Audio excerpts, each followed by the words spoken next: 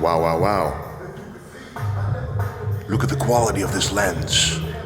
It shows more details. Maybe some details that I don't want to be shown on camera of my face. But look at that.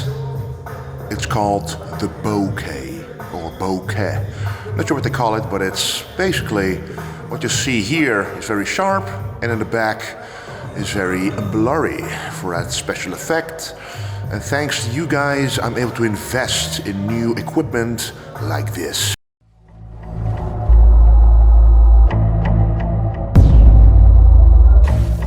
Anyway, it's a chest day, so we are sitting down here at a bench at around 55 degrees, which means it's a bit steeper than the 45-degree angle that most incline bench presses have. Why do I do this? Because normally my incline bench press is about 25 degrees, so the minimal incline setting there is, apart from flat, because it is 0 degrees. So I have 3 different chest rotations, and this is the third one, and the third one has a very steep incline. One of the other rotations has a 25 degree incline, and the other one actually starts with a chest press, which is flat. So when you're doing different chest rotations, which means different kinds of chest workouts, you want to hit the muscle from different angles, which is what I'm doing right now. So today is a chest day, obviously, and I'm going to show you my third warm-up set, and then from then on, probably only the working sets, because those are what matters. Anyway, let's do this. Full range of motion.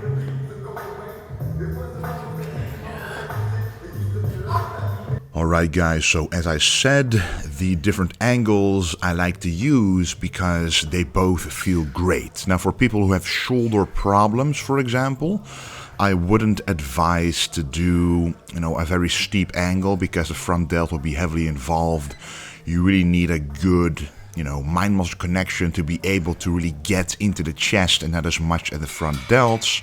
And the benefit of a Smith machine is that you can position your body just the perfect way under the bar for your personal anatomy. So a lot of people say, well, you have to let the bar drop down right below your chin or in the middle of your chest. Well, those are recommendations and advices, but you have to listen to your own body first.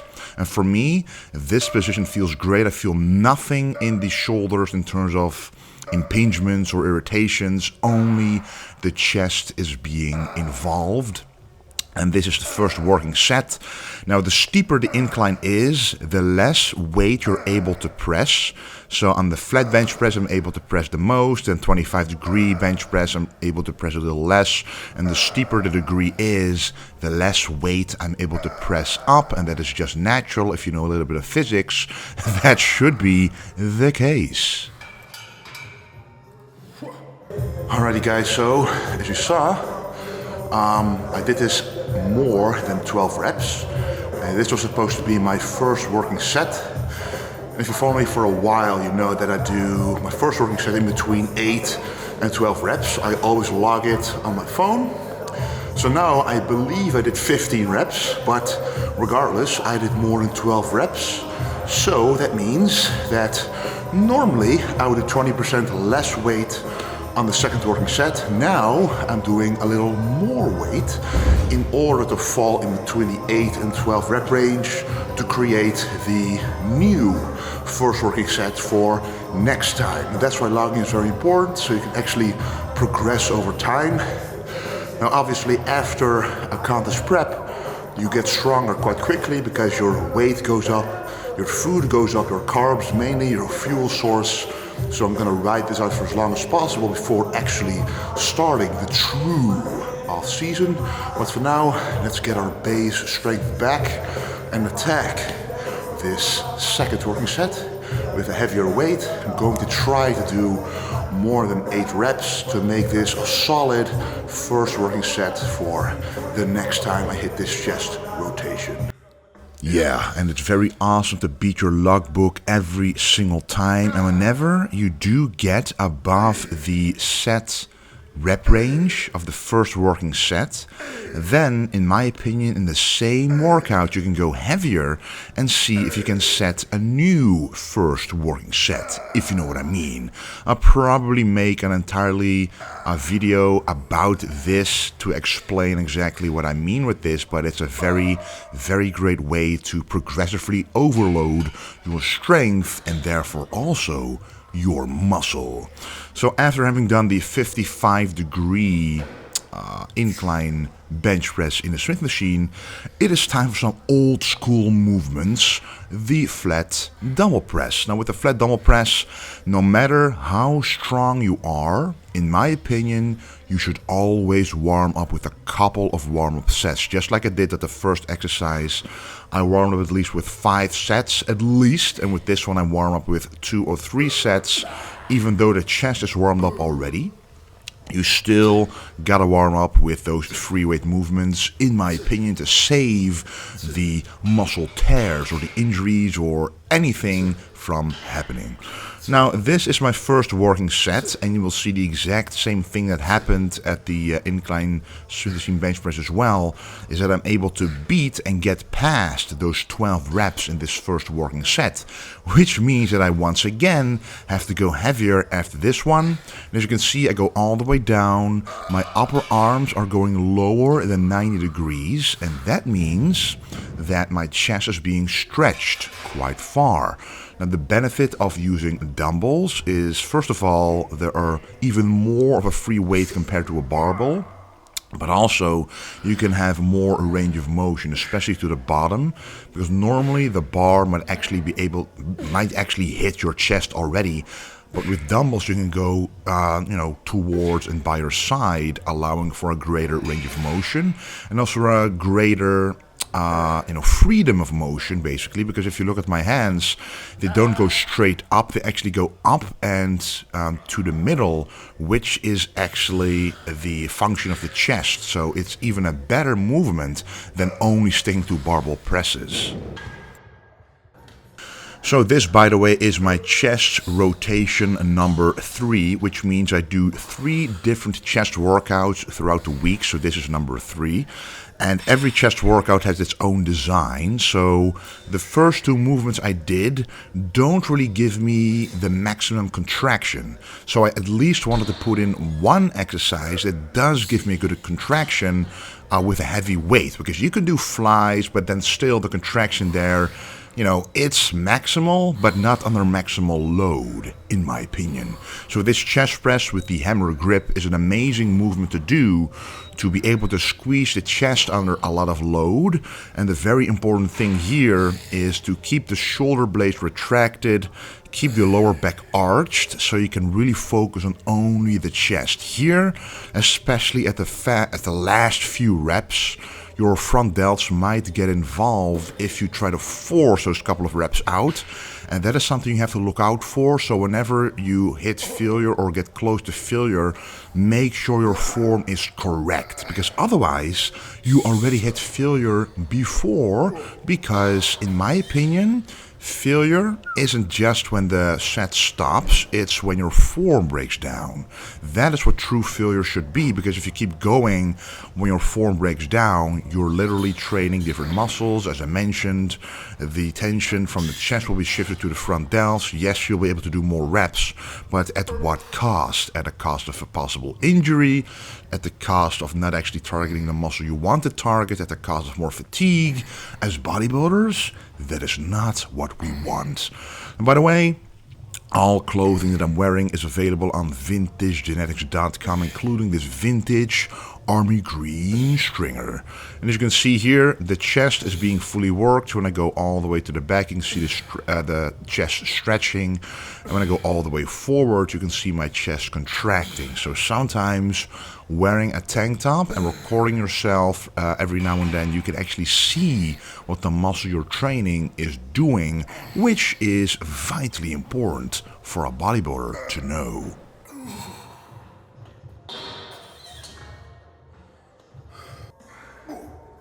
And then it is time for some flies, but we're not doing cable flies, we're actually doing flat dumbbell flies, because we just did a movement where we can fully contract the chest under maximum tension.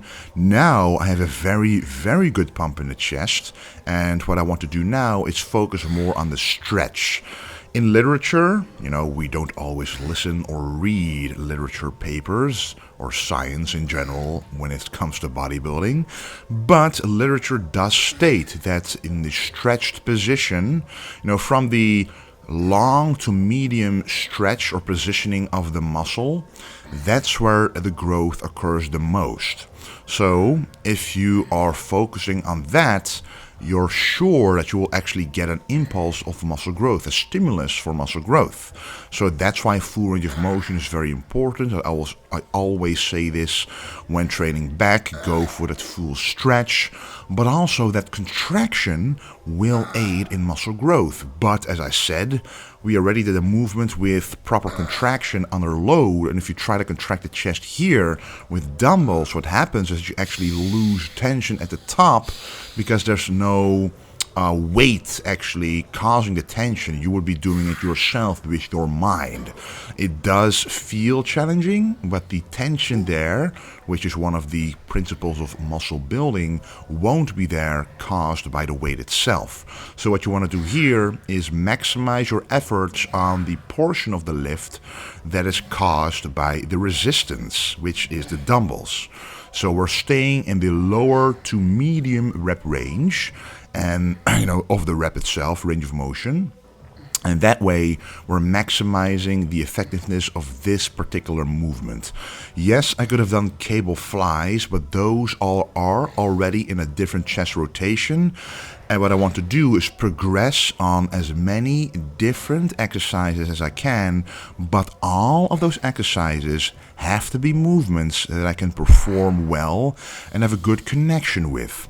Don't just make several chest or back or leg workouts with all those movements and 1/3 of those movements you don't even feel. Skip those movements, guys.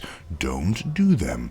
Only stick to the movements you actually feel, because that will give you a pump like this.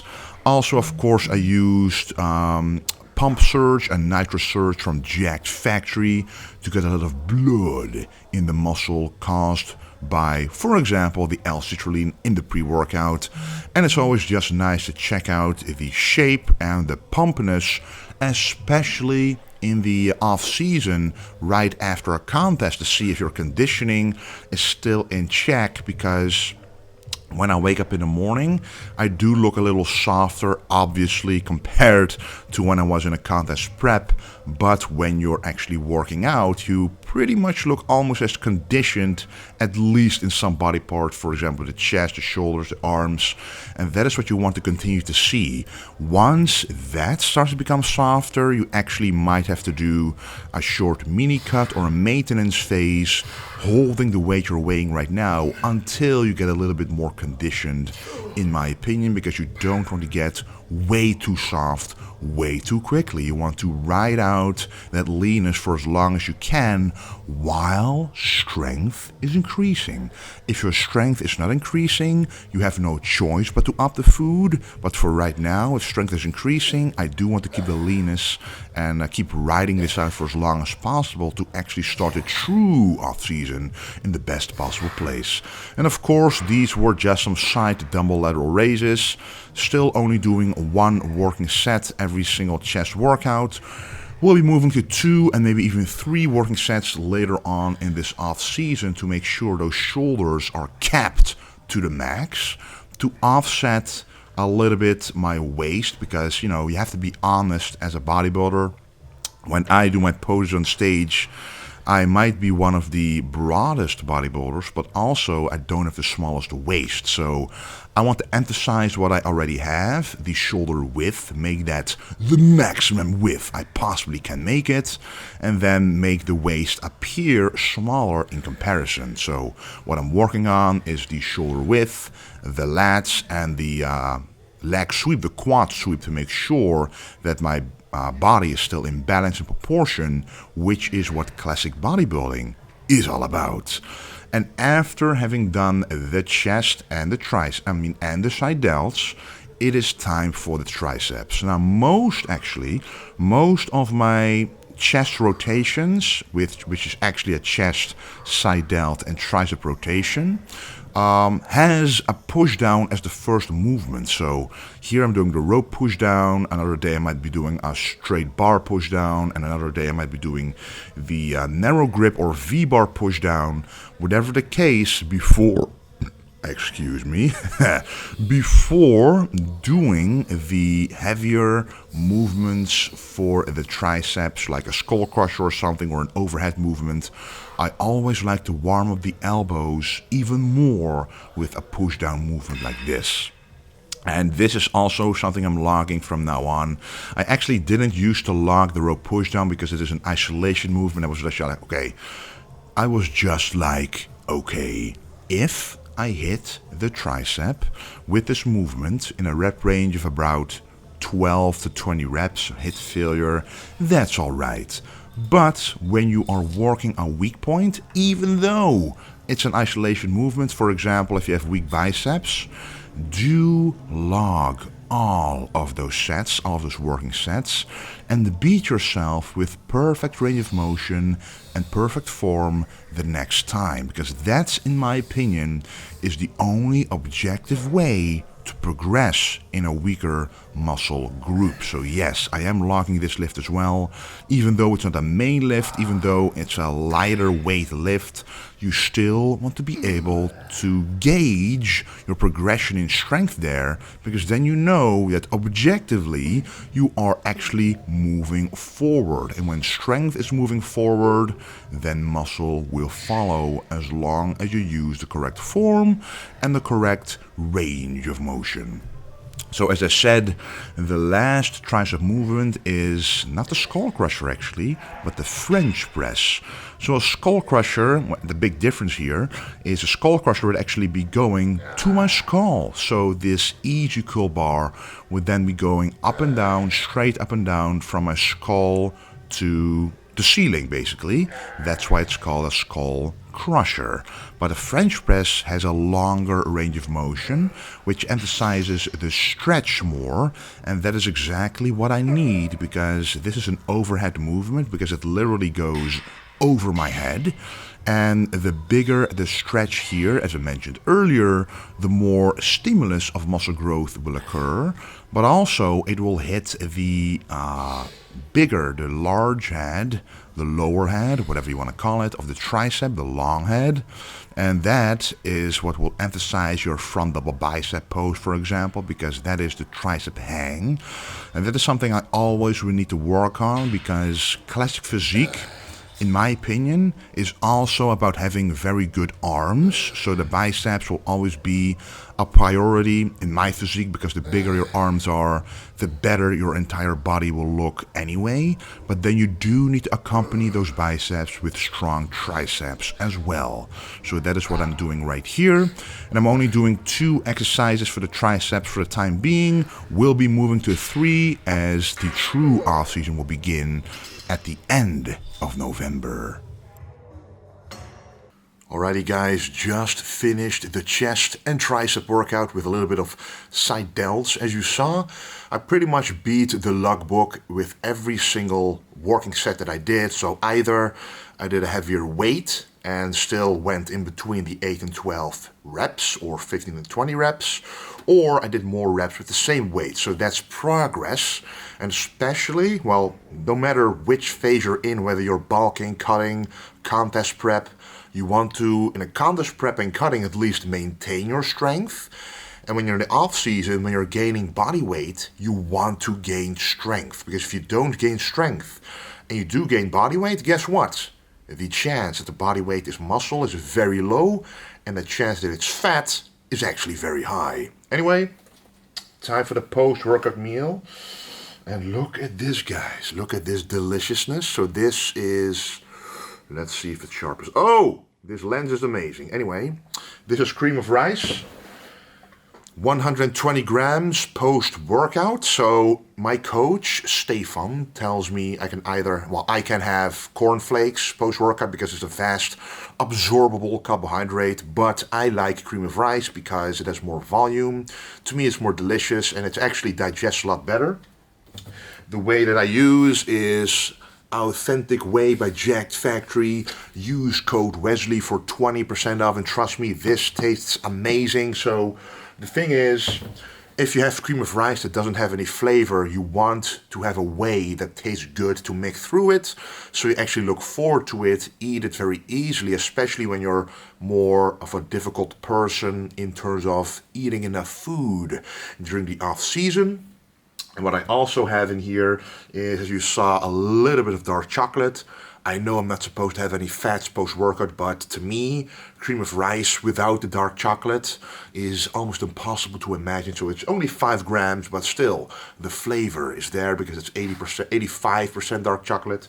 What else do we have? We have some banana and some frozen strawberries. And honestly, the only reason I put the frozen strawberries in there is to cool this meal down so I can eat it faster, because otherwise it's way too hot to eat it quickly. And we want to have that carbohydrate in our system as quickly as possible, which is why I'm going to end this video right now, because I need to eat it right now for anabolism in the muscle, the chest, the side delts, and the triceps. Anyway, thank you a whole lot for watching. I'm wearing the new oversized shirt, vintage, with all this cryptic lettering. And actually, if you look closely, if it's going to sharpen, oh, it's such a good lens. Oh yes, you can see all the words or synonyms and other meanings of vintage. So anyway, once again, thanks for watching. Check out the links in the description for supplement discounts for Jacked Factory, and also for the vintagegenetics.com, a link for all your old school apparel and clothing, etc. Alright guys, I hope you enjoyed this video. A lot more is coming. A Q&A is coming actually, so follow my Instagram at Wesley Vissers, and I'll post a story asking you guys to ask me questions for the next YouTube Q&A. Thanks for watching, and don't forget to stay golden.